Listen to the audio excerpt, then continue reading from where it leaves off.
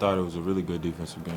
From the start of the game, you can tell locked into what we needed to do defensively. Went over a lot of stuff in practice yesterday.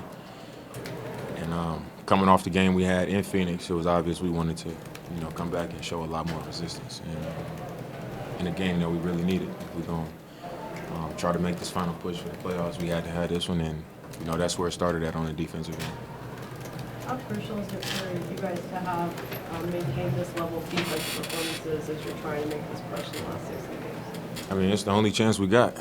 And I think that's why you saw the kind of focus and fight on that end that you saw tonight, because this is it. This is our final opportunity to try to make a push for that spot. So our only chance in making up all this ground that we got to make up is to defend at a high level. We always find a way offensively. Somehow we just get it done offensively, but it's not going to happen if we don't, come with it defensively, and we started off with that tonight. Game, obviously, every game is a must-win at this point, but the one on Thursday with, Memphis being the team that's ahead of you and, with the tiebreaker stuff kind of still up in the air, is that stuff kind of stuff you guys talk about? Or? Yeah, for sure. I mean, I think early in the season you're like, oh, there's this many games, it's 40 games left or 50 games left, but at this point, they're the team that we're chasing. 16 games left, and that would basically be like winning 2 games. So it's a game on our home floor, a game that we are more than capable of winning, and we got to just come prepared, come sharp, and just get it done. That's what it comes down to.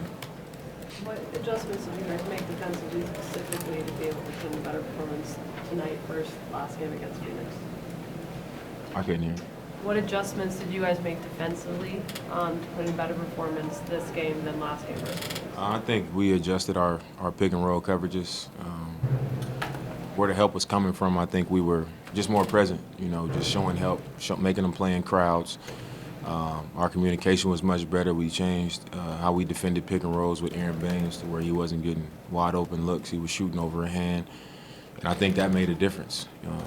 We just weren't as spaced out. We made it was an emphasis on us helping each other out, having the tight paint, boxes and elbows, closing out on shooters, making them put the ball on the floor. The plays that they like to run, we scouted them really hard. We didn't really change our coverages. We just kind of hammered home yesterday in practice exactly what we wanted to do and what it should look like if we do those things, and we executed that. Dame, since you've been here in Portland, there haven't been a lot of games like the Sacramento game where you guys just don't show up at home. How would you describe what it's been like from that game until before this game internally with you guys? I mean, it's a bad performance. I think sometimes you say, we'll flush this one or, on to the next game, but that just wasn't one of those situations. I think it was good that everybody acknowledged that. We didn't say, oh, it was just a bad game, let it go. We kind of talked about what made it a bad game. We accepted our part in it, why it happened and, how it was unacceptable, and didn't let it carry over to tonight. And, as much as you don't want to say, all right, it's okay because we're moving on, it is important to be able to come into a game like tonight and get it done after, a bad performance like that. But we can't have it back. So it does happen, and it happened to us, and, we just got to move forward. That dialogue that you talked about, was that between the players in the locker room, or was that during the film session? Or? It was both. I mean, the players, we talked about it. It wasn't like it wasn't a big deal. We just kind of had a conversation about what happened and how it happened and what was going on. Same thing with the coaches.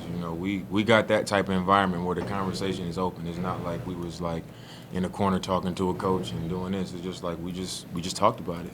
We acknowledged the kind of game that it was and that it was unacceptable, and we just kind of kept moving forward like we always do.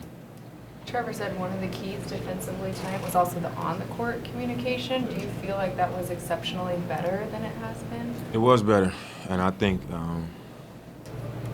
part of communicating is just knowing what's going on.